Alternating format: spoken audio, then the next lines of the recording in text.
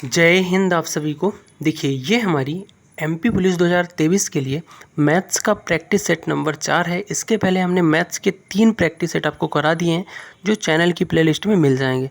आज यानी चौथे प्रैक्टिस सेट में मैथ्स के हम उस क्वेश्चनों को देखने वाले हैं जो एमपी पुलिस के प्रीवियस ईयर के शिफ्टों में पूछे गए हैं या इस बार आने वाले मोस्ट एक्सपेक्टेड क्वेश्चनों में से हैं।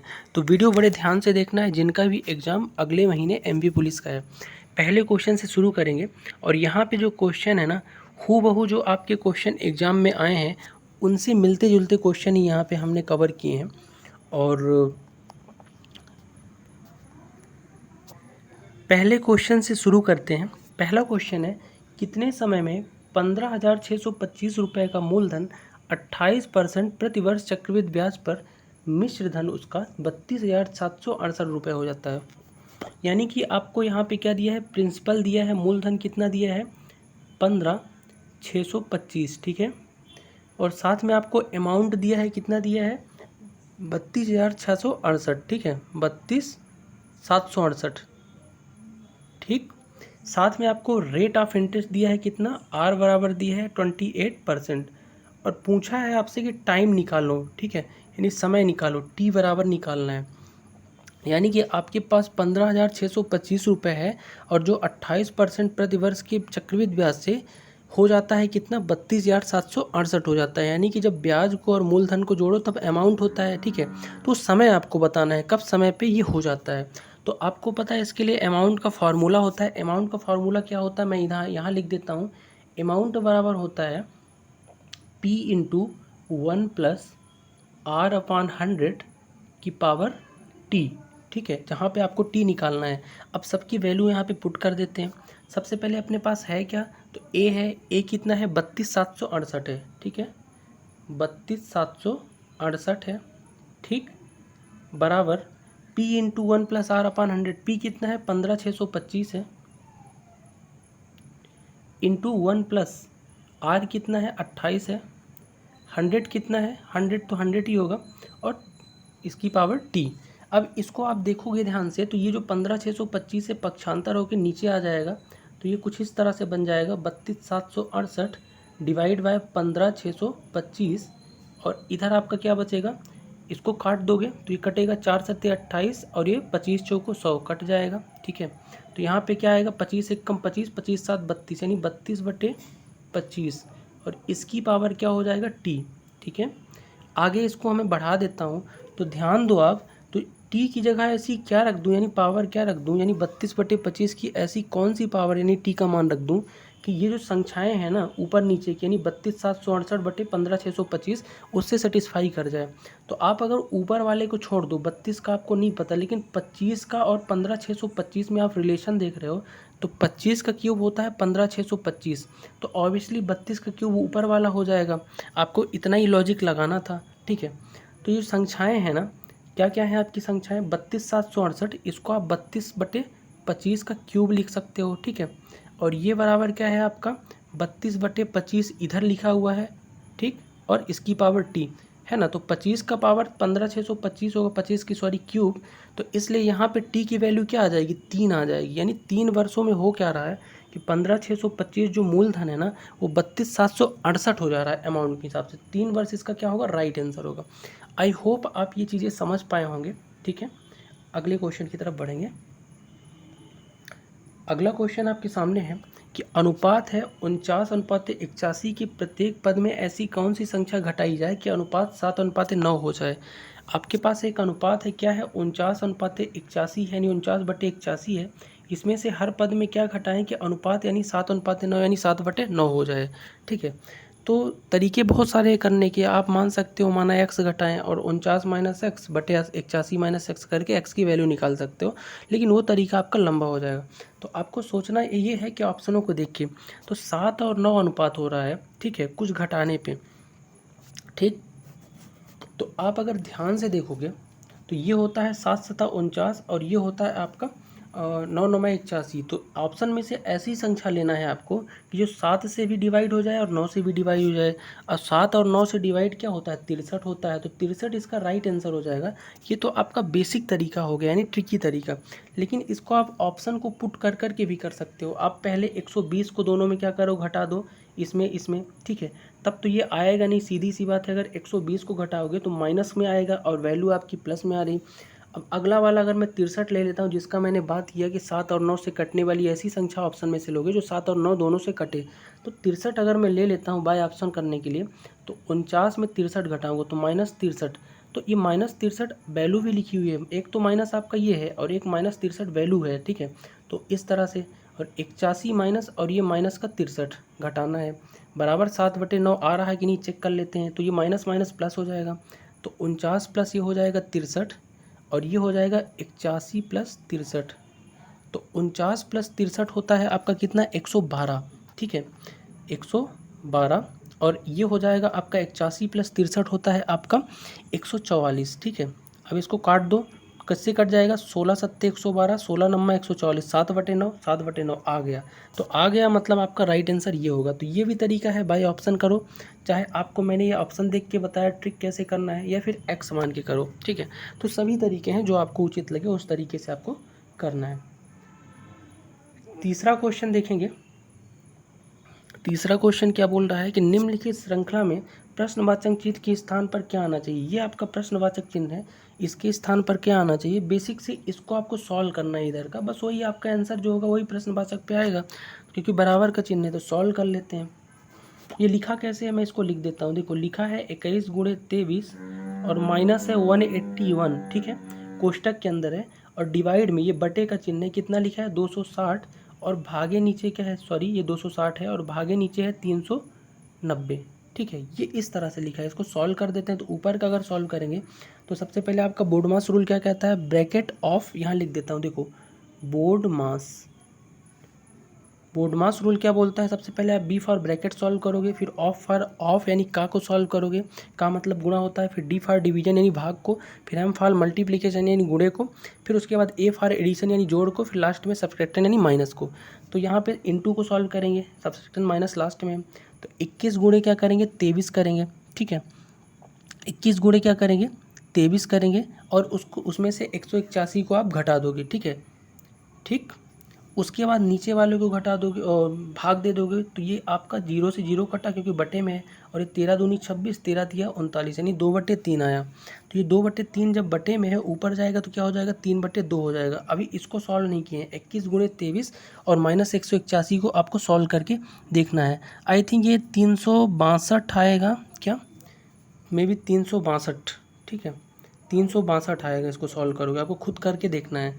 18 1 181 त्याई, 181 त्याई, 1 मिनट, 362 या 302 आएगा इसका, आई थिंक 302 आएगा, ठीक है। इसको सॉल्व करोगे तो 151 × 3 हो जाएगा, और 151 × 3 होता है 453।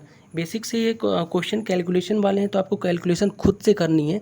ये चीज़ें हम बताएंगे नहीं, क्योंकि एग्जाम में तो आपको कोई बताने नहीं आएगा। आई थिंक इसका आंसर जो है 453 है। आपको कमेंट बॉक्स में कमेंट करके बताना है। अगले क्वेश्चन की तरफ बढ़ेंगे। क्वेश्चन नंबर 4 आपके सामने है।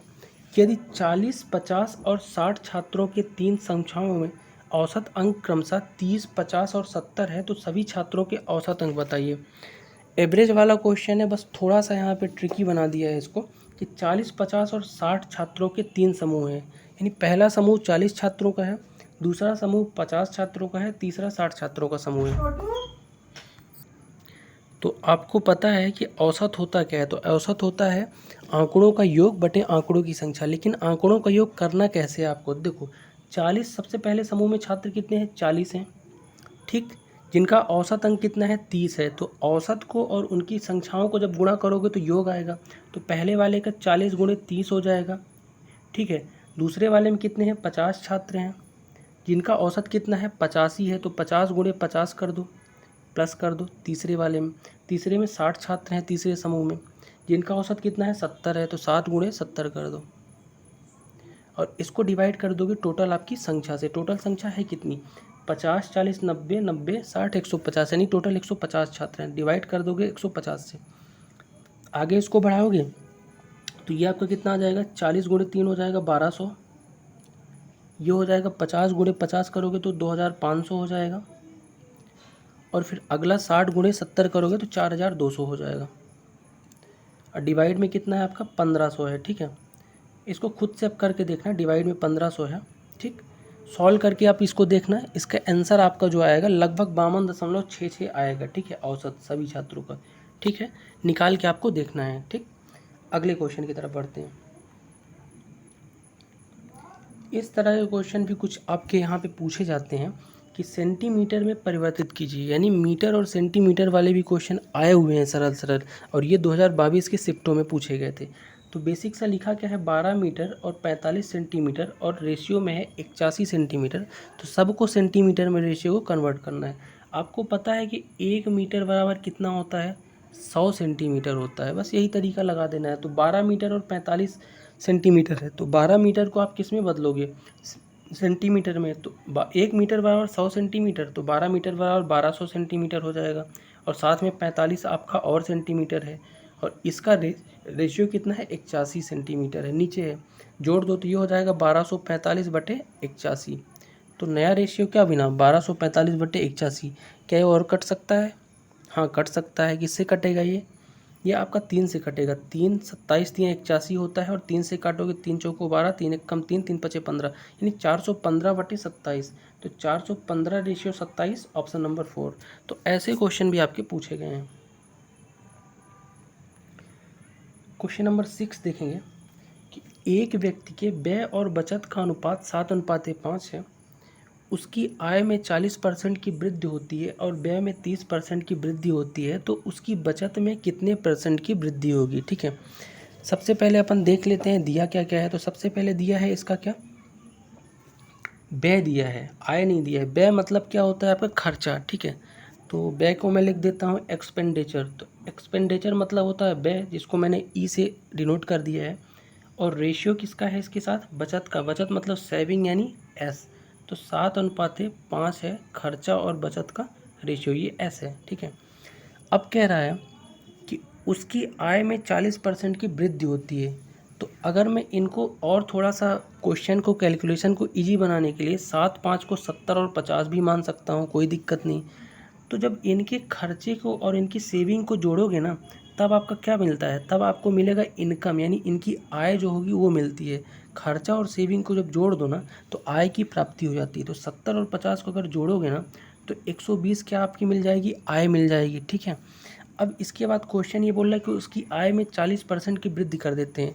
अगर आय इसकी 120 है, और 120 में अगर 40% की वृद्धि करते हैं, तो 120 का 40% होता कितना है, तो 120 का 10% होता है 12, 40% हो जाएगा 48, 12 चौको 48, यानी कि आपको इसमें कितना जोड़ना है, 48 जोड़ना है। तो जोड़ दो 48, तो 40 20 60, 168 हो जाएगा ये। यानी आय आपकी अब क्या हो गई, पहले 120 थी, अब 168 हो गई, क्वेश्चन में बोल रहा है। ठीक है, 40%। और व्यय में 30% की वृद्धि करते हैं, तो ये आपका खर्चा है 70%, इसमें 30% बढ़ा दो, तो 70 का 10% होता है 7, और 30% हो जाएगा 7 3 21, यानी 21 आपको और बढ़ा देना है। इधर कितना बढ़ा देना है, 21, क्वेश्चन में बोला है। तो ये 91 हो जाएगा, 70 20 90 91। अब एक बात बताओ, इसका खर्चा का रेशियो 95 है, और इसकी आय का रेशियो 168 है आय। तो सीधी सी बात है कि आय में से अगर खर्चा घटा दोगे तो सेविंग मिलेगी। तो यहाँ पे सेविंग 168 में अगर 91 घटाओगे तो 77 जो आएगा आपका, क्या हो जाएगी, ये सेविंग हो जाएगी। अब ये सब चीज़ें आपको पता चल गई होंगी। अब क्वेश्चन में एक्चुअल में क्या बोला है कि उसकी बचत में कितने % की वृद्धि होती है। तो इसकी सेविंग पहले थी 50, अब सेविंग हो गई है 77, तो बढ़ी कितनी, तो यहाँ लिख देता हूँ। देखो, पहले थी 50, बढ़ गई है 77, यानी बढ़ी कितनी, 27 बढ़ी। तो 27, तो इसकी सेविंग बढ़ी है, कितने में बढ़ी है, तो आप कहोगे 50 में बढ़ी है। जो पहले होता है उसको बढ़ी कितने में लिखते हैं, तो 27/50, और परसेंट के लिए क्या करोगे, गुणे 100 से गुणा कर दोगे। तो 50 दूनी क्या हो गया 100, तो 27 दूनी 54, यानी 54% क्या हुआ, इसकी सेविंग में वृद्धि हो गई है। अगर ये क्वेश्चन समझ में ना आया हो तो आप इसको रिवाइज करके एक बार ज़रूर देखना। अगले क्वेश्चन की तरफ बढ़ेंगे। क्वेश्चन नंबर 7 आपके सामने है कि ए, बी और सी की औसत आयु 30 वर्ष है तथा बी और सी की औसत आयु 35 वर्ष है, तो ए की वर्तमान आयु कितनी होगी। करते हैं इसको। देखो, ए, बी और सी की जो औसत आयु 30 वर्ष दी हुई है, ठीक, और बी और सी की औसत आयु भी दी है, लेकिन ए की आयु पूछा है, तो आपको औसत से क्या निकालना पड़ेगा, औसत से टोटल आयु निकालना पड़ेगा। कैसे निकालोगे, देखो, अगर मैं ए प्लस बी प्लस सी की औसत आयु दी है 30, तो टोटल निकालने के लिए क्या करोगे, 3 लोग हैं तो औसत में 3 का नंबर का गुणा करोगे तो 3 3 90, तो इनकी आयु कितनी है, ए बी सी की टोटल 90 वर्ष है। इसी तरह से बी प्लस सी की कितनी हो जाएगी, तो बी प्लस सी की औसत आयु तो 35 है, लेकिन 2 लोग हैं ना, तो 35 गुणे 2 करोगे टोटल के लिए 70 हो जाएगी। अब ए की बताना है, तो बी प्लस सी अगर मैं घटा दूँ इससे, तो 90 में अगर 70 चला गया तो ए इसमें नहीं है, तो ए की 20 आपकी क्या आ जाएगी, आयु आ जाएगी। सीधी सी बात है, तीनों की 90 है, बी प्लस सी घटा दो तो ए मिल जाएगा, तो 90 में 70 गया तो कितना आया, 20। तो 20 साल क्या हो जाएगा, ए की वर्तमान आयु। आई होप आप समझ पा रहे होगे। अगले क्वेश्चन की तरफ बढ़ते हैं। 8th नंबर क्वेश्चन आपके सामने है कि एक बॉक्स में 1 रुपये 50 पैसे और 25 पैसे के सिक्के 3, 5 और 4 के अनुपात में हैं। यदि कुल धनराशि 260 रुपये है तो 25 पैसे को इस सिक्कों की संख्या ज्ञात कीजिए। ये बहुत ट्रिकी क्वेश्चन है, आपको इससे करने के लिए कॉन्सेप्ट समझना बहुत ज़रूरी है। कॉन्सेप्ट क्या कहता है, पहले तो अपन इसका रेशियो लिख देते हैं कि 1 रुपये 50 पैसे और 25 पैसे के सिक्कों का रेशियो क्या है। तो रेशियो यहाँ पे क्या है आपका, 3, 5 और 4 रेशियो है, 1 रुपये 50 पैसे और 25 पैसे के सिक्कों को। जब आपके पास धनराशि रुपए में दी हुई हो तो आपको सिक्कों को भी रुपए में कन्वर्ट करना पड़ेगा, रुपए में या फिर पैसे में, मूल्य में कन्वर्ट करना पड़ेगा। अगर आपके पास जो वैल्यू मूल्य में दी है, रुपए या सिक्के जिसमें भी, रुपए और पैसे जिसमें भी, तो आपको उसी में चीज़ों को मूल्य में कन्वर्ट करना पड़ेगा। अगर यहाँ पे सिक्कों की संख्या दी होती तो आप मूल्य को सिक्कों में ही कन्वर्ट करते, तब डिवाइड करते। तो आप सबसे पहले मूल्य में कन्वर्ट कर लो इसके रेशियो को, तो ये सिक्कों की अनुपात है।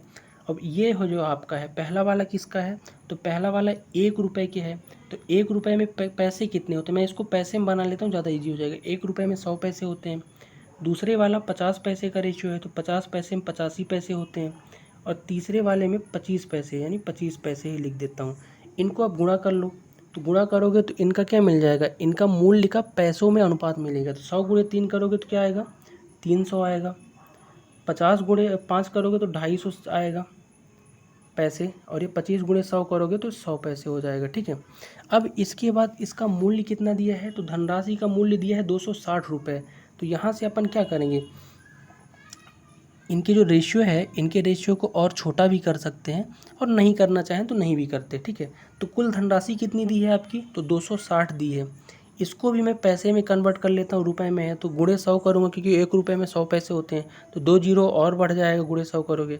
और बटे क्या कर दोगे, 1 निकालने के लिए सबको जोड़ दोगे, 3 2 500, 550 और 650, बटे 650 कर दोगे। ठीक है, कर दिया। इसके बाद आप इसको सॉल्व करोगे तो 0 से 0, और ये कितनी बार जाएगा, ये जाएगा आपका 65 चौको 260 और 0, यानी इसका वैल्यू कितना आ गया, 40 आ गया। 1 की वैल्यू, या फिर इनको x के रिस्पेक्ट में अगर मान लेते हो तो x की वैल्यू कितनी आई आपकी, 40 आ गई। जैसे ही x की वैल्यू 40 आई, तो अब निकालना किसका था, निकालना था 25 पैसों के सिक्कों को। तो 25 पैसे के सिक्कों का रेशियो क्या है, तो आप बोलोगे इनका रेशियो 4 है। क्वेश्चन में क्या दिया है, 25 पैसे के सिक्कों का रेशियो 4। तो अगर 1 की वैल्यू, x की वैल्यू 40 है, तो 4 की वैल्यू क्या हो जाएगी, 40 गुणे 4 हो जाएगी। तो 40 से को 160 सिक्के हो जाएंगे। अगर 1 रुपये का पूछता तो 40 में 3 का गुणा करते, अगर 50 पैसे का सिक्का में पूछता तो 40 में 5 का गुणा करते। तो इस तरह से करना है। तो बेसिक्स आपको कॉन्सेप्ट ये समझना है कि अगर आपके पास धनराशि दी है, रुपए या सिक्के जिसमें भी, तो धनराशि को, आपका जो सिक्कों का रेशियो है उसको भी धनराशि के रूप में कन्वर्ट करना पड़ेगा। अगर यहाँ पे सिक्कों की संख्या दी होती तो भले मूल्य दिया होता, उनके रेशियो को आपको सिक्कों की संख्या में बनाना था, क्योंकि जब सेम यूनिट रहेगी तभी तो डिवाइड हो पाएंगे। ठीक है, तो इस तरह से आपको करना था। क्वेश्चन समझ ना आया हो तो रिवाइज करके ज़रूर देखना इसको। 9वां क्वेश्चन देखेंगे। ये आपका क्वेश्चन है हल कीजिए वाला है, यानी कि आपका बोर्डमास रूल लगा के आपको हल करना है इसको। और इस क्वेश्चन को मैं नहीं बताऊंगा, क्योंकि आपको खुद से करना है। पेपर में जब आएगा खुद से करना है, तरीका मैं बता देता हूँ। देखो बोर्ड मास रूल जो आपका कहता है ना, सबसे पहले ब्रैकेट को सॉल्व करना, छोटा ब्रैकेट फिर मझला फिर बड़ा ब्रैकेट फिर ऑफ मतलब होता है का, जिसका अर्थ होता है गुणा, उसको सॉल्व करना, फिर डी फॉर डिवीजन यानी भाग, फिर मल्टीप्लिकेशन गुणा, A for addition plus, S for subtraction यानी माइनस। तो इस क्रम से आप करते जाना चीज़ों को, और जो भी आंसर होगा आप इसका आंसर कमेंट बॉक्स में ज़रूर बताना, ठीक है, बोर्ड मास रूल से। 10वां नंबर क्वेश्चन देखेंगे। 10वां नंबर क्वेश्चन कह रहा है कि 6 मेज और 12 कुर्सियाँ 7,800 रुपये में खरीदी गई। यदि एक मेज का औसत मूल्य 750 है, तब एक कुर्सी का औसत मूल्य क्या होगा, ठीक है। तो मैं मान लेता हूँ कि माना मेज क्या रही होगी, मेज आपकी रही होगी एक्स, क्या रही होगी एक्स, और कुर्सी क्या रही होगी, कुर्सी रही होगी बाई, ठीक है। सॉल्व करते हैं अपन, तो 6 मेज है यानी 6x प्लस 12 कुर्सी यानी 12y, ठीक है, बराबर कितना है 7,800 है, ठीक। उसके बाद एक चीज़ यहाँ पे बताया है कि एक मेज का औसत मूल्य 750 है, यानी आपको x की वैल्यू दिया है, x की वैल्यू क्या दिया है 750 दिया हुआ है, x बराबर क्या दिया है 750 दिया हुआ है, तो x की वैल्यू पुट कर देंगे, तो 6x है तो 6 गुणे क्या हो जाएगा 750 हो जाएगा ये, प्लस कितना है 12y है, बराबर कितना है 7,800 है, ठीक है। अब ये जो 750 गुणे 6 है ना, इसको पक्षांतर कर दोगे, उधर ले जाओगे, ठीक है। कैसे ले जाओगे बताता हूँ। तो 750 गुणे 6 करोगे तो 7 छंग 4200, 50 छक्का 30 यानी 4500 हो जाएगा। तो 4500 अगर इसका आंसर ये होगा इंटू, तो इधर आएगा तो क्या होगा प्लस में, तो माइनस हो जाएगा 7,800 से 4500, ठीक है। तो यहाँ से ही हट जाएगा, तो 12y बराबर क्या आ गया, तो 12y बराबर आ गया 7,800 में 4500 घटा दोगे 3300 आ जाएगा, 3,300। बार बार कह रहा हूँ कि कैलकुलेशन आपको खुद से करनी है, मैं यहाँ पे कॉन्सेप्ट बताऊँगा, ठीक है। तो 12y बराबर कितना आ गया 3300, तो y बराबर क्या हो जाएगा 3300 बटे 12, तो यहाँ लिख देता हूँ 3,300 बटे 12, ये y बराबर हो जाएगा, तो काट दो, तो 12 दूनी 24, बचा कितना 6 3 9, 12 सते 84, 12 पंचे 60, तो ये 275 आपका राइट आंसर आ गया, एक कुर्सी का औसत मूल्य, यानी बाई की वैल्यू ही तो निकालना था, ठीक है। आई होप आप कॉन्सेप्ट समझ गए होंगे। 11वां क्वेश्चन है कि प्ले स्कूल में 75 विद्यार्थी हैं, 51 रुपये में इस प्रकार बांटे जाते हैं कि प्रत्येक लड़के को 62 पैसे और प्रत्येक लड़की को 72 पैसे मिलते हैं। उस प्ले स्कूल में लड़कियों की संख्या कितनी है। देखो टोटल 51 रुपये हैं, लेकिन कक्षा में कितने हैं, कक्षा या स्कूल में 75 विद्यार्थी हैं, तो 51 रुपये को इस हिसाब से बांटते हैं कि एक लड़के को 62 पैसे मिले और प्रत्येक लड़की को 72 पैसे मिले।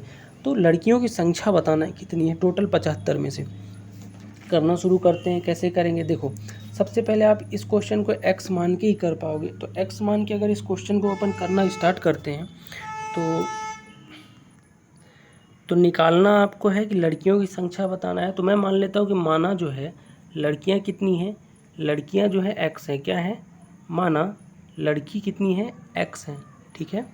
तो लड़के कितने हो जाएंगे, अगर लड़कियां x हैं तो लड़के हो जाएंगे 75 टोटल है, तो 75 माइनस x क्या हो जाएंगे, लड़के हो जाएंगे। अब इनका जो 51 रुपये में इनको जो बांटा जाता है ना, तो सीधी सी बात है, इनकी संख्याओं को अगर प्रत्येक को दिया जा रहा है तो इनकी संख्याओं को इनके पैसे के साथ गुणा करना पड़ेगा, ठीक है। तो प्रत्येक लड़की को 72 पैसे दिए जा रहे हैं, तो इसका मतलब ये है कि x गुणे संख्या x है मान लो लड़कियों की, और दिए 72 जा रहे हैं तो 72 हो जाएगा, प्लस लड़कों कितने दिए जा रहे हैं 75 माइनस एक्स दिए, लड़के हैं जिनको प्रत्येक लड़के को 62 पैसे दिए जा रहे हैं, ठीक है, तो गुणे 62 हो जाएगा, और ये बराबर कितना हो जाएगा 51, और 2 जीरो लगा दें, क्यों लगा दें, क्योंकि अपन पैसों में कन्वर्ट कर रहे हैं ना, 51 तो आपका रुपए में था। तो आई होप यहाँ तक आप समझ पाए हुए कि हम सेटिस्फाई करा रहे हैं कि 5100 जो पैसे हैं, जो 51 रुपये में थे पैसे में कन्वर्ट कर लिया, तो अगर इनकी संख्या और इनके प्रत्येक के पैसे के साथ गुणे करेंगे तो दोनों बराबर आने चाहिए, और यहाँ से आप x की वैल्यू निकाल दो, वही लड़कियों की संख्या हो जाएगी।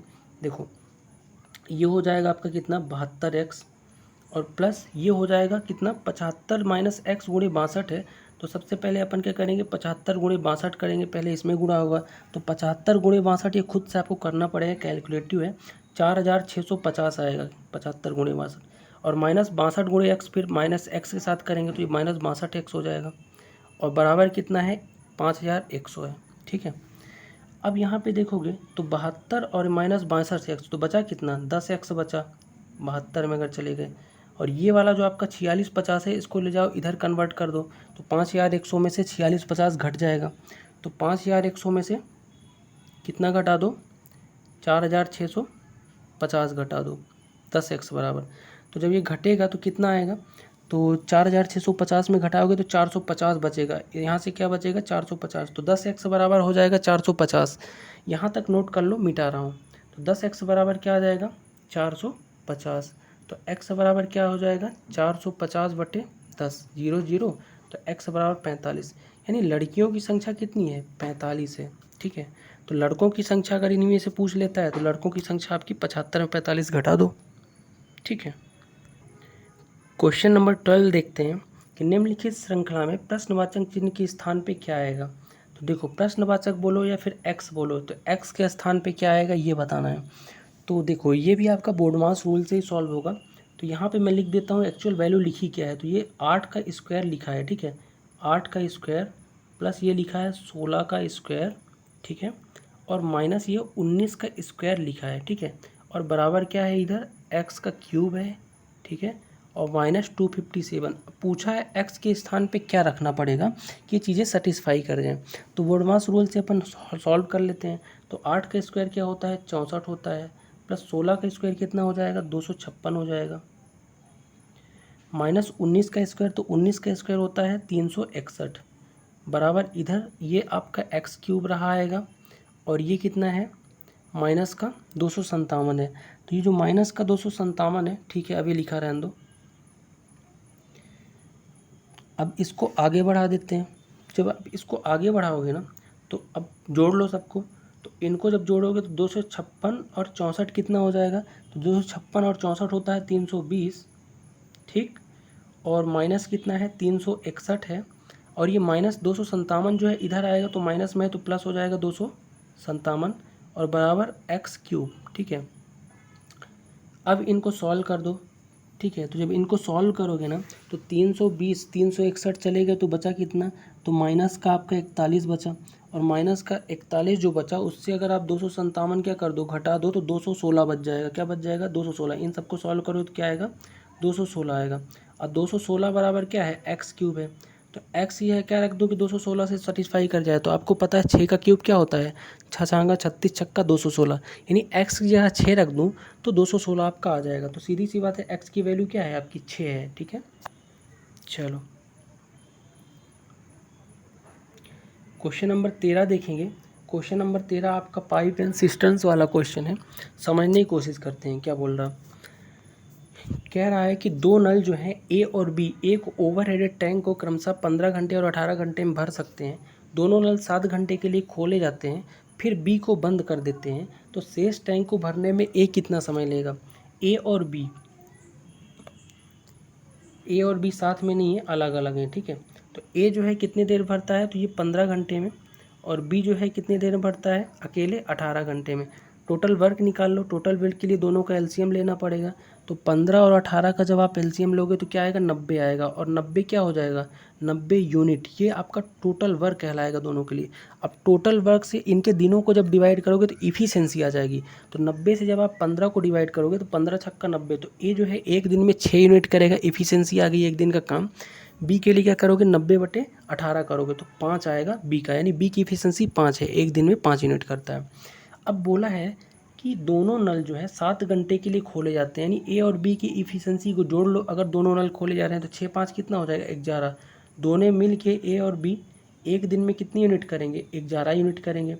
ये कितने देर के लिए खोला जाता है तो 7 घंटे के लिए। तो 11 × 7, बार बार मैं दिन बोल रहा हूँ, दिन को आप घंटा ही मानना, ठीक है। तो एक घंटे में कितनी यूनिट करेंगे, ठीक है, दिन मत मानना।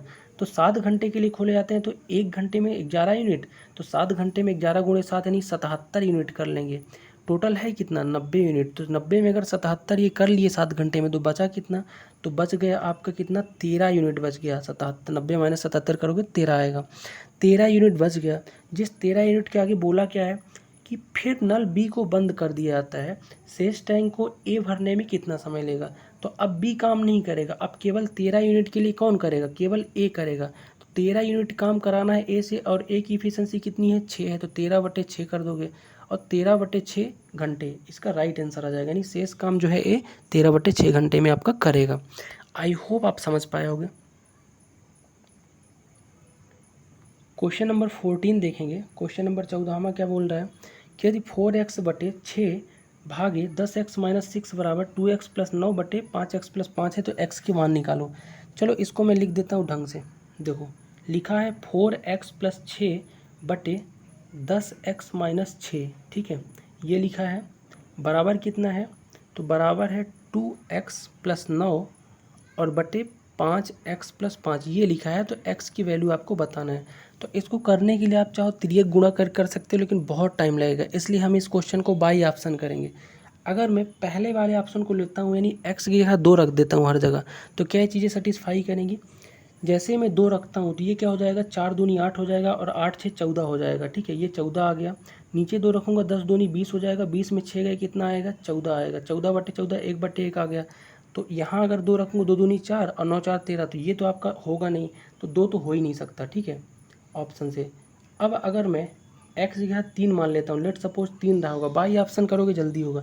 जैसे मैं x की जगह 3 मानता हूँ ना और 3 पुट करता हूँ, तो ये 4 3 क्या हो जाएगा 12 हो जाएगा और 12 6 18, तो यहाँ क्या है 18 आया। नीचे देख लेता हूँ तो 10 3 30 और 30 में 6 चले गए 24 आ गया। अब इधर देख लेता हूँ तो इधर भी 3 पुट करूँगा, 2 3 6 हो जाएगा और 6 9 15 हो जाएगा, बटे 3 यहाँ 5 3 15 5 20, ठीक है।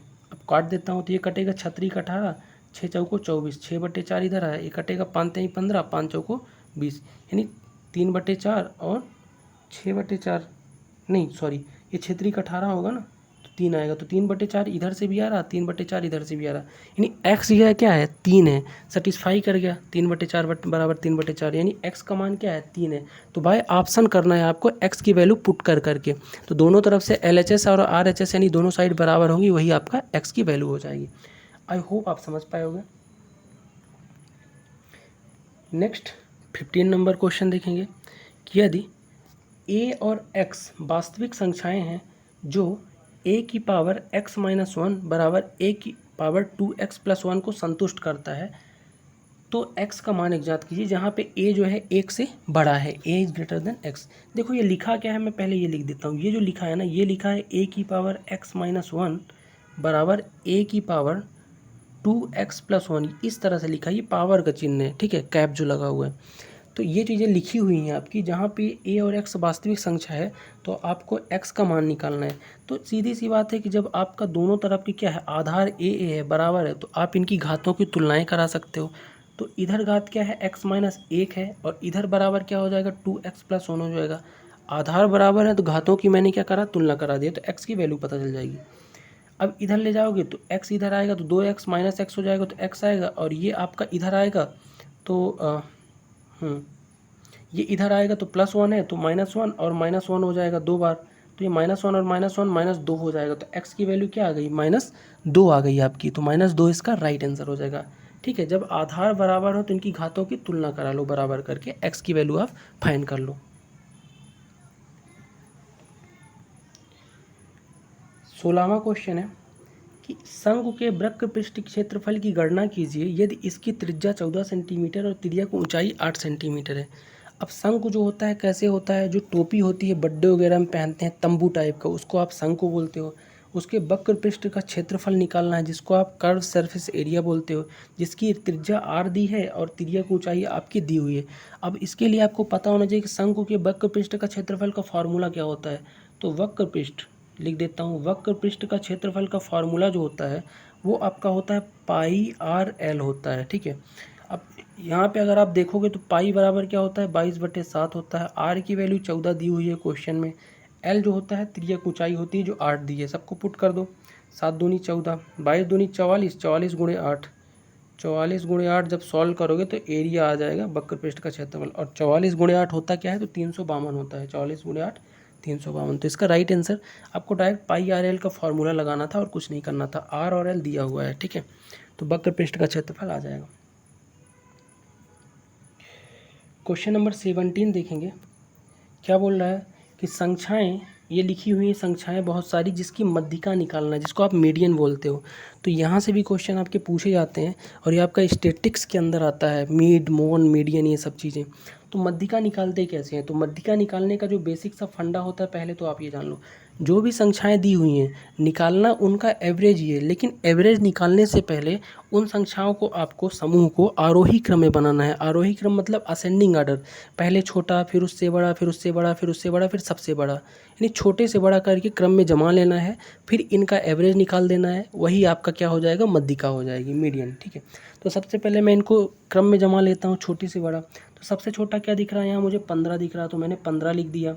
फिर 15 के बाद क्या दिख रहा, 18 दिख रहा, 2 बार 18 है तो मैंने 18 लिख दिया। फिर उसके बाद क्या दिख रहा है, तो उसके बाद मेरे को 23 दिख रहा है, तो मैंने 23 लिख दिया, क्योंकि छोटे से बड़ा क्रम में जमा रहे ना, आरोही क्रम में। फिर 27 दिख रहा मुझे, ठीक है। फिर क्या दिख रहा 27 के बाद, तो 27 के बाद 28 दिख रहा, फिर 29 दिख रहा क्रम में, फिर 29 के बाद आपका 30 दिख रहा, 30 के बाद क्या है, 32 है, नहीं 31 है, 31 भी तो है, 31 है, फिर 32 है, फिर उसके बाद 32 से बड़ा 32 है कितनी बार, तो 32, 1 2, 2 बार 32 है, तो 2 बार 32 लिख दिया, ठीक है। उसके बाद आपका कितना है, लास्ट में 35 है। सभी संख्याएं हो गई क्या, गिन लो एक बार, 3 3 6 3 9 3 12, 3 3 6 10, 3 13 2 15, ज़्यादा हो गई क्या, 3 3 6 1 7 5 12, हाँ 12 हो गई। अब ये संख्याएं आपकी आरोही क्रम में बन गई। अब इनका एवरेज जो होगा ना, वही आपका मध्यिका कहला जाएगा, ठीक है। तो एवरेज कैसे निकालोगे, तो एवरेज निकालने का भी सिंपल सा तरीका मैं आपको बताता हूँ। संख्याएं 12 हैं, तो मैं क्या करूँगा कि 5 संख्याएं इधर से निकाल देता हूँ, 1 2 3 4 और 5, 5 संख्याएं इधर से आप निकाल दो और 5 संख्याएं आप इधर की निकाल दो, ठीक है। और जो बीच की संख्याएं हैं ना, क्योंकि इस बार 12 संख्याएं, इसलिए बीच की 2 संख्याएं लेके एवरेज निकालना पड़ेगा। अगर आपकी ऑड प्लेसेस में संख्याएं होती तो आप जो बीच वाली संख्या बचती वही आपका क्या हो जाता, वही आपका हो जाता एवरेज, ठीक है। तो यहाँ पे आप देखोगे तो बची क्या बीच में, 28 और 29 बच गई, तो इसका 28 + 29 बटे 2 कर दो तो मीडियन आ जाएगा, और 28 + 29 करोगे तो क्या आता है 57, और 57 बटे 2 बराबर 28.5, तो 28.5 इसका क्या हो जाएगा, राइट आंसर हो जाएगा। आई होप आप समझ पाए होगे, नहीं समझे हो तो रिवाइज करके देख लो। सबसे पहले आरोही क्रम में छोटे से बड़े में इसको जमा लो और फिर इसका एवरेज निकाल दो। तो एवरेज सबको जोड़ के चाहे नंबर ऑफ डिवाइड कर लो, चाहे आपको बीच की संख्या जो होगी वही आपका एवरेज हो जाएगी, इस तरह से निकाल सकते हो। 18 नंबर क्वेश्चन देखेंगे, क्या बोल रहा है कि एक ज़मीन के प्लॉट के टुकड़ों की लंबाई और चौड़ाई का अनुपात 1:2 है। प्लॉट का परिमाप 500 मीटर है, ठीक है। मालिक प्लॉट को 20 प्रति वर्ग मीटर दर से बेचता है, तो मालिक को कितनी राशि प्राप्त होगी। सीधी सी बात है, प्लॉट जो है ना आपका, लंबाई और चौड़ाई का अनुपात अलग अलग है, मतलब प्लॉट आयताकार है, आयताकार प्लॉट है जिसका परिमाप दिया हुआ है, और आपको इसका क्या निकालना है, एरिया निकालना है, और एरिया निकाल के उसको 20 से गुणा करना है, क्योंकि एरिया जो वर्ग मीटर में आएगा तो उसको 20 से इसलिए गुणा करेंगे क्योंकि प्रति वर्ग किलोमीटर में, वर्ग मीटर में 20 रुपये में बेच रहा है, ठीक है। तो सबसे पहले समझो, ये आपका मान लो आयत हो गया जिसकी लंबाई x है और चौड़ाई 2x है, क्वेश्चन में बोला हुआ है ये चीज़, ठीक है, 1x और 2x, ठीक है। अब यहाँ पे इसका परिमाप होता क्या है, तो परिमाप एक्चुअल में होता है 2 गुणे लंबाई धन चौड़ाई, लेंथ इंटू विड्थ होता है।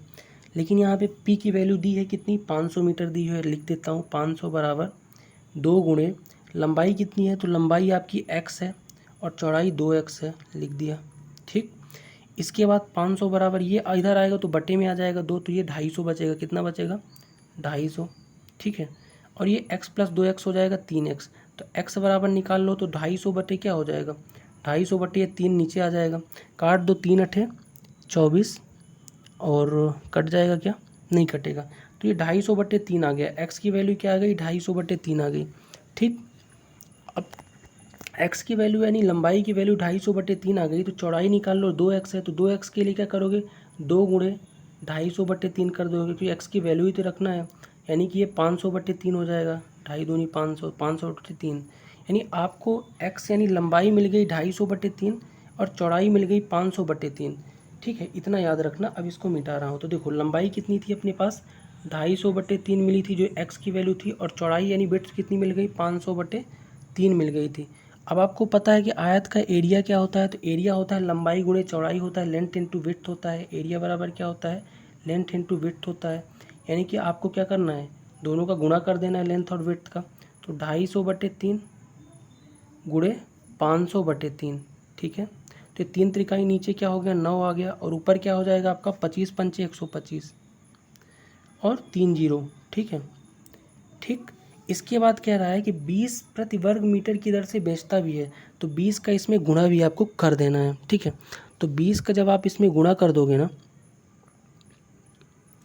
20 का जब आप इसमें गुणा करोगे तो 125 गुणे 2 250 हो जाएगा, और 250 000/9 आ जाएगा ये आपका, ठीक है।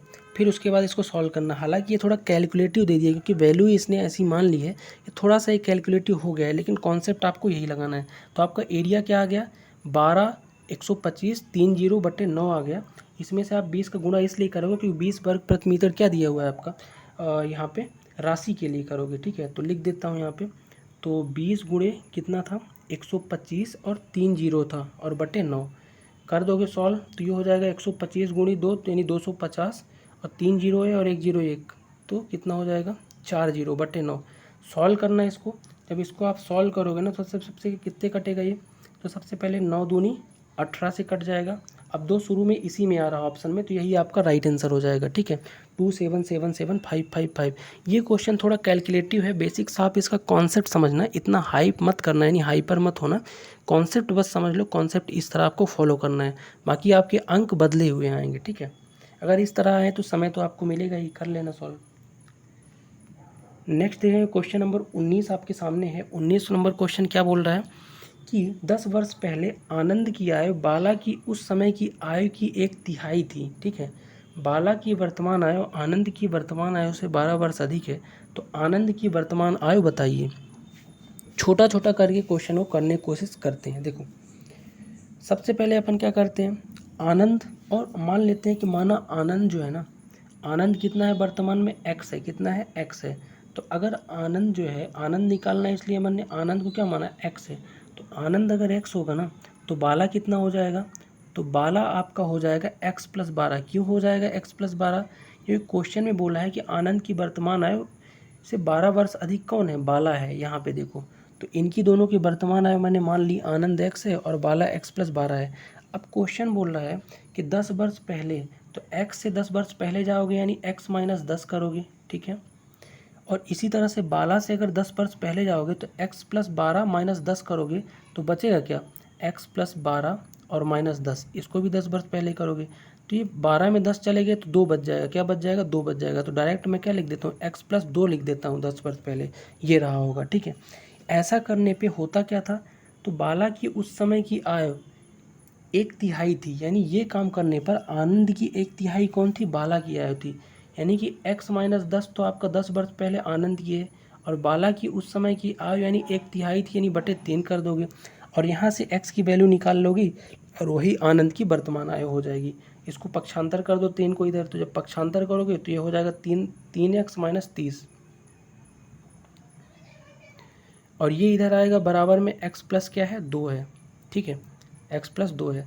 3x - x लाओगे 2x हो जाएगा, और ये 30 इधर है उधर ले जाओगे तो माइनस है तो + 32 हो जाएगा। 2x बराबर क्या आ जाएगा, 32 आ जाएगा। सॉल्व तो आप खुद से कर लोगे, इधर लिख देता हूँ, 2x बराबर 32 होगा, तो x बराबर क्या होगा, 32/2 यानी 16 होगा। तो आनंद जो है ना वर्तमान में कितना है, 16 वर्ष का है, ठीक है। तो क्वेश्चन को आप रिवाइज करके ज़रूर देखना अगर समझ में ये कॉन्सेप्ट ना आया हो। सबसे पहले अपन ने क्या किया, आनंद बराबर x वर्ष है माना, तो बाला जो है क्वेश्चन बोला है कि 12 वर्ष अधिक है, तो x + 12 वर्तमान आयु हो जाएगी बाला की। अब 10 वर्ष पहले दोनों को x - 10 कर दिया, इसको करोगे तो x + 12 - 10 करोगे तो x + 2 आएगा। ऐसा करने पे एक दूसरे के 1/3 है तो बटे 3 कर दिया, और यहाँ से x की वैल्यू निकाल दिया जो कि आनंद की वर्तमान आयु थी। तो रिवाइज करके आप देख लेना। क्वेश्चन नंबर 20 आपके सामने है कि यदि वर्ग का क्षेत्रफल 289 सेंटीमीटर स्क्वायर है तो वर्ग के किनारे की लंबाई की गणना कीजिए। बहुत ही सिंपल क्वेश्चन है, इससे सिंपल क्वेश्चन आपको मिल नहीं सकता। ये वर्ग है, आपको पता है कि वर्ग का क्षेत्रफल होता क्या है, तो वर्ग का क्षेत्रफल होता है भुजा का स्क्वायर, यानी भुजा गुणे भुजा होता है, और भुजा की ही लंबाई पूछा है, यानी एक किनारा यानी उसकी भुजा ही हो जाएगी, और वर्ग की चारों भुजाएं क्या होती हैं, बराबर होती हैं। तो एरिया कितना दिया है, 289 दिया है। ये क्या है, भुजा का क्या है, भुजा का स्क्वायर होता है, सबको पता है। तो भुजा क्या हो जाएगी, तो आपको ध्यान से देखोगे तो ये 17 का क्या है, स्क्वायर होता है 289, तो भुजा का स्क्वायर, तो भुजा बराबर 17 हो गई, क्योंकि ये 17 का स्क्वायर है, 17 सेंटीमीटर इसका राइट आंसर आ जाएगा। ठीक है, 21 नंबर क्वेश्चन देखेंगे, कॉन्सेप्चुअल क्वेश्चन है, ध्यान से समझिएगा। ये आपकी कुछ संख्या लिखी है ए बी के इस फॉर्मेट में, जो 12 से विभाज्य है, तब 79A प्लस 35B का मान ज्ञात करना है। तो 79A और 35B का मान ज्ञात करने से पहले आपको ए और बी की वैल्यू पता होनी चाहिए। तो कैसे सॉल्व करोगे, आइए समझते हैं। देखो, ये आपकी संख्या लिखी है जो 12 से विभाज्य यानी पूरी तरीके से कटती है।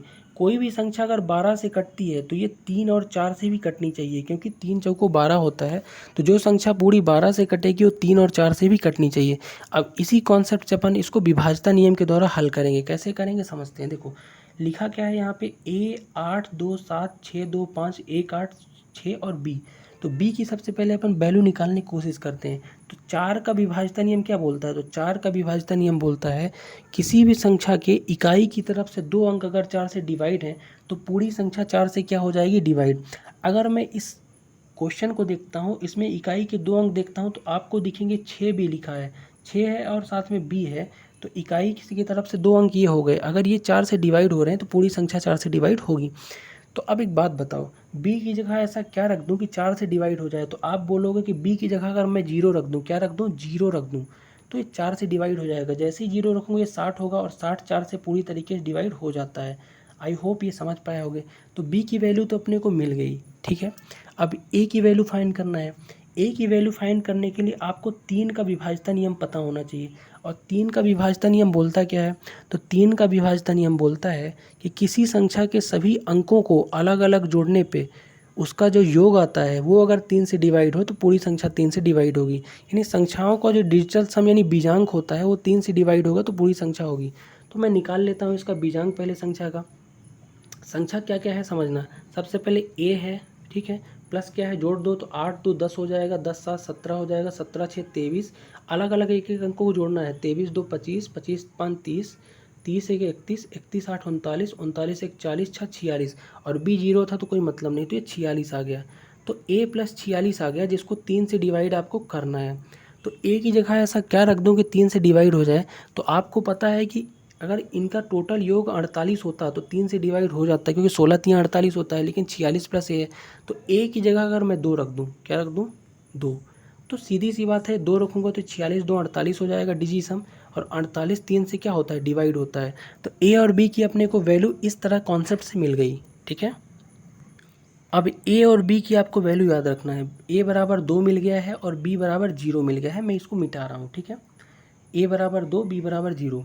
तो ए बराबर क्या था, 2 था, और बी बराबर क्या था, 0 था। अब इस पे पुट कर दो, इसका मान ही तो पूछा है, क्या है, 79A प्लस 35B। तो 79A और 35B में ए और बी की वैल्यू पुट कर दो। 79 गुणे ए कितना है, 2 है, तो 2 कर दिया। अब बी लिखने की ज़रूरत ही नहीं, क्योंकि बी बराबर 0 है, तो कोई भी 35 गुणे 0 करोगे तो 0 ही हो जाएगा, तो इसको लिखने की ज़रूरत ही नहीं। तो 79 गुणे 2 बराबर कितना आ गया, तो ए होता है 158। 79 गुणे 2 बराबर 158, यानी इसका राइट आंसर क्या हो गया, 158 हो गया। क्वेश्चन जो भी समझ में ना आए तो मैं बार बार कह रहा हूँ, आपको रिवाइज करके देखने की ज़रूरत है। 22वां नंबर क्वेश्चन देखेंगे, क्या बोल रहा है समझते हैं। देखो, ए बी और सी एक साथ मिलकर 550 रुपये के लिए कार्य करते हैं। ए और बी मिलकर कार्य का 7/11 भाग करते हैं। सी का हिस्सा कितना होगा। ठीक है, समझते हैं क्वेश्चन को। सबसे पहले ए और बी का जो दिया हुआ है मिलके कितने में करते हैं, तो ए और बी जो है ना टोटल काम को मिलके 7/11 भाग करते हैं। ठीक है, यानी टोटल जो भी काम है उसका 7/11 ए और बी करते हैं। तो सी कितना करेगा आपको बताना है। जैसे ही सी का काम पता चल जाएगा, उसका काम करने की क्षमता कितनी है, तो आप उसको 550 रुपये में कितना दोगे ये भी पता चल जाएगा रेशियो के हिसाब से। ठीक है, तो ए और बी जो है ना मिलकर कार्य का 7/11 भाग करते हैं, यानी आपको 11 टोटल मिल गया, जिसमें से 7 भाग कौन करता है, 7 भाग ए और बी करते हैं। तो बच कितने भाग गए, तो 11 भाग अगर टोटल है, 7 भाग ए और बी कर दिए, तो बच गया सी के लिए 4 भाग बच गया, यानी 4/11 भाग कौन करेगा, ये सी करेगा। अब इसके बाद बोला है सी का हिस्सा। तो सी का हिस्सा कैसे निकालोगे आप, तो पता है आपको कि टोटल रुपए कितने हैं 500, 1 मिनट इधर लिख देता हूँ, टोटल रुपए कितने हैं 550 हैं, जिसको डिवाइड करना है किससे आपको, टोटल रेशियो से, और टोटल रेशियो है कितना, टोटल रुपए में से आपको ए बी और सी तीनों का क्या करोगे, रेशियो को डिवाइड करोगे तो एक की वैल्यू आएगी। फिर उसके बाद सी का हिस्सा बताना है, तो सी के रेशियो को आप क्या करोगे, सी के रेशियो को आप यहाँ पे इंटू कर सकते हो, ठीक है। तो अगर आप इसको सॉल्व करोगे तो किस तरह से सॉल्व होगा आइए समझते हैं। देखो तो 550 टोटल है, डिवाइड करोगे ए प्लस बी कितना था 7/11 था, ठीक, प्लस सी को भी जोड़ोगे 4/11 तीनों को जोड़ोगे, ठीक है, तो एक की वैल्यू आएगी। फिर इन सब में गुणा किसका करोगे, सी का हिस्सा निकालना है, तो सी कितना है 4/11 है, कर लो। तो इसको जब आप सॉल्व करोगे ना तो आपका आंसर आ जाएगा। तो यहाँ पे जगह नहीं है, फिर भी यहाँ पे आपको मैं करके बता देता हूँ आगे। देखो 550 गुणे 4 कर दो ऊपर, तो 550 गुणे 4 होता कितना है, या फिर रहने दो। तो 7/11 और 4/11 ये सॉल्व जब करोगे ना इसको, तो क्या आएगा, ये एक आ जाएगा, क्योंकि 7 4 11 होगा और एलसीएम 1, तो इस पूरे की वैल्यू कितनी आ जाएगी, एक आ जाएगी। तो इसका तो कोई मतलब बचा नहीं, ठीक है। बच गया आपका क्या 550 गुणे 4/11, ये समझ रहे हो ना, क्योंकि 7/11 प्लस 4/11 करोगे तो 11/11 हो जाएगा, जिसका मतलब एक, तो कोई मतलब है नहीं। काट दो तो 11 पचे 55 और 0, तो 50 गुणे 4 यानी 200 जो है सी की वैल्यू आ गई। आई होप आप समझ पाए होगे।